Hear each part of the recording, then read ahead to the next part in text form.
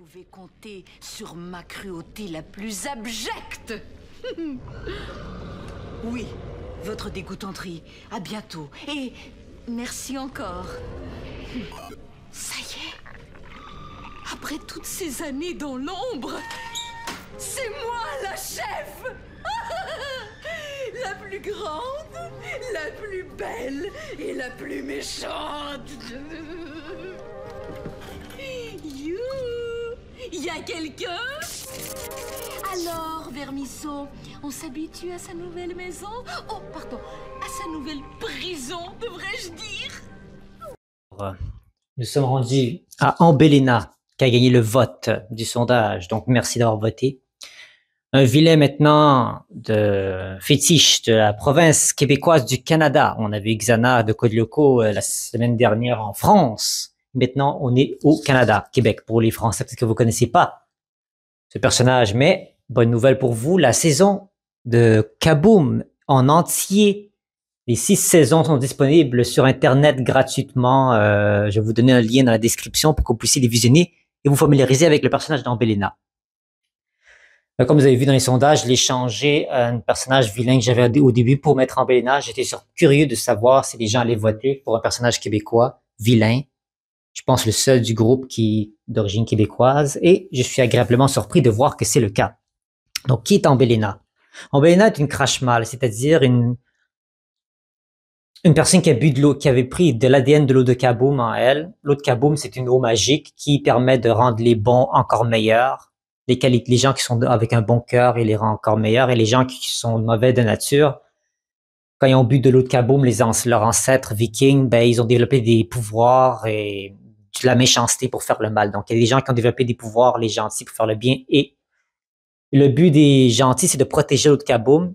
Les méchants, les crash-mal veulent s'en emparer de cette eau, la boire et devenir les maîtres du monde parce qu'au moment où ils boivent encore de cette eau, ils vont devenir les maîtres du monde. Et c'est le rôle ultime d'Ambelina, c'est de devenir crash-mal suprême. Évidemment, comme chaque groupe de vilains, on a une hiérarchie. Crash-mal suprême, c'est lui qui règne sur tous les crash-mal de tout le monde entier et c'est son objectif final de devenir la crash-mal suprême qui régnera sur toute la Terre. Et comme vous avez vu dans certains segments, bon, vous spoiler trop, c'est une femme qui est excessivement cruelle. Avec les plans qu'elle a, à chaque fois, son objectif, c'est de faire souffrir les gens, de les malmener, de façon qu'ils se sentent mal, tout ce qui est les êtres humains normaux, qui n'ont pas de pouvoir, c'est-à-dire les bizarroïdes, les biz. Et les Carmador, évidemment, elle veut les faire souffrir, puis les capturer et tout ça. Et avoir les grands honneurs. Elle a vraiment un grand sens du narcissisme en elle, un grand sens de sa propre beauté. Elle considère qu'elle est la plus belle de toutes les créatures qui existent sur cette terre, et la plus méchante de toutes les créatures. Les personnes qui existent sur cette terre. Une personne qui considère être dotée d'une grande intelligence et effectivement, elle est très rusée. Mais elle est prise dans un groupe avec des gens qui ne partagent pas son intelligence et elle s'en sert souvent à son avantage, même si des fois ça se joue contre elle. Donc pour une série pour enfants, c'est comme une série pour enfants, Kaboom. Ambelina, c'est le personnage, pourquoi je l'ai mis elle dans la liste et pas d'autres vilains dans cette série-là. C'est parce que elle donne un côté réaliste que dans une autre série, dans un autre groupe, elle serait quelqu'un de très dangereux. Si on la mettait ailleurs, dans une autre série ou dans une autre faction mettons, de France et tout, je ne sais quoi, elle serait très dangereuse. Et surtout, si elle est alliée, elle avait besoin d'être entourée des gens qui sont similaires au niveau de sa perspicacité, son intellect et tout cela. Même si, bon, sont tellement jaloux, ça peut se jouer contre elle aussi, mais on le saura jamais. Ambelina est une personne qui s'est fait cloner, parce qu'on sait les crash-mal ne font pas d'enfants, évidemment. Donc, ils se font cloner éventuellement dans leur vie. On a ces petits exemples que je vous ai montrés, qu'elle a un clone, qu'elle a finalement pu avoir, et il faut qu'elle apprenne à s'en occuper. Voilà, comme une fille, elle a une fille, et elle doit s'en occuper. C'est très intéressant de voir cette apparition de ce clone plus tard dans la série parce que ça donne un côté sensible, un autre côté d'Ambelina qu'on n'avait pas l'habitude de voir, elle qui était souvent très très axée sur elle-même.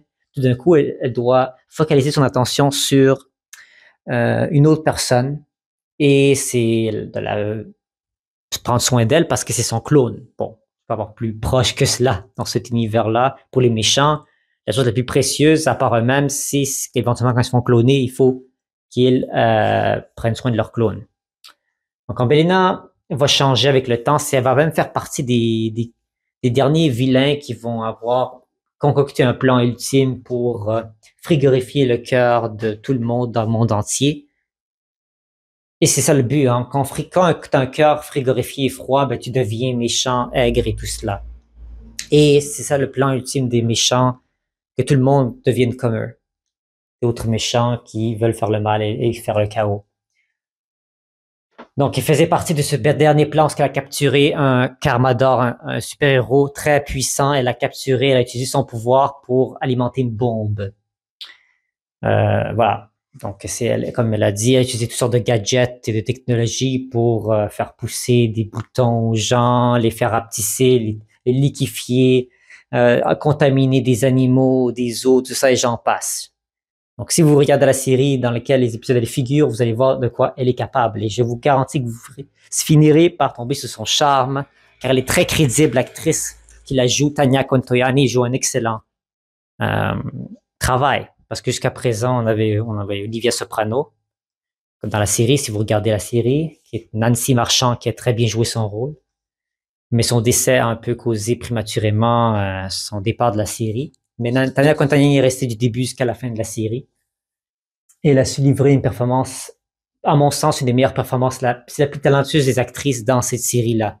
Donc, si vous voulez la voir à l'œuvre, je vous conseille fortement de voir de quel bois elle se chauffe, car elle pourrait vous emballer de son charme. Pour les gens qui comprendront, comprendront. Donc, merci d'avoir été de la partie. Je mettrai les nouveaux sondages pour le prochain vilain que vous voudrez voir. Il y a aussi un autre sondage que j'ai mis pour la prochaine série qui va suivre celle des pénalités, de l'improvisation. Parce que oui, on est une chaîne d'improvisation principalement, mais des fois, je peux me permettre comme ça de faire valoir certains de mes coups de cœur d'enfance et de séries que j'aime bien. Donc, pour l'instant, vous avez voté pour les séries, les personnages les plus complexes. Continuez de voter, s'il vous plaît. On veut avoir un vote assez en écart pour que je puisse vraiment être sûr que c'est la série que vous voulez voir. Et je pourrais préparer éventuellement de nouveaux sondages pour ces nouvelles séries. J'abandonne pas. Comme je vous ai dit, cette chaîne YouTube, c'est dans votre... bientôt, je vais peut-être manquer d'idées éventuellement au niveau de l'improvisation. Donc, c'est à vous de pouvoir m'aider afin de pouvoir continuer l'amour pour cette discipline artistique. Donc, j'ai hâte de vous voir voter dans les sondages. C'est gratuit, ça coûte rien, ça comme temps. Et ça me fera grandement plaisir. Donc, merci de la partie. On se retrouve pour le prochain vilain ou vilaine la semaine prochaine. Au revoir.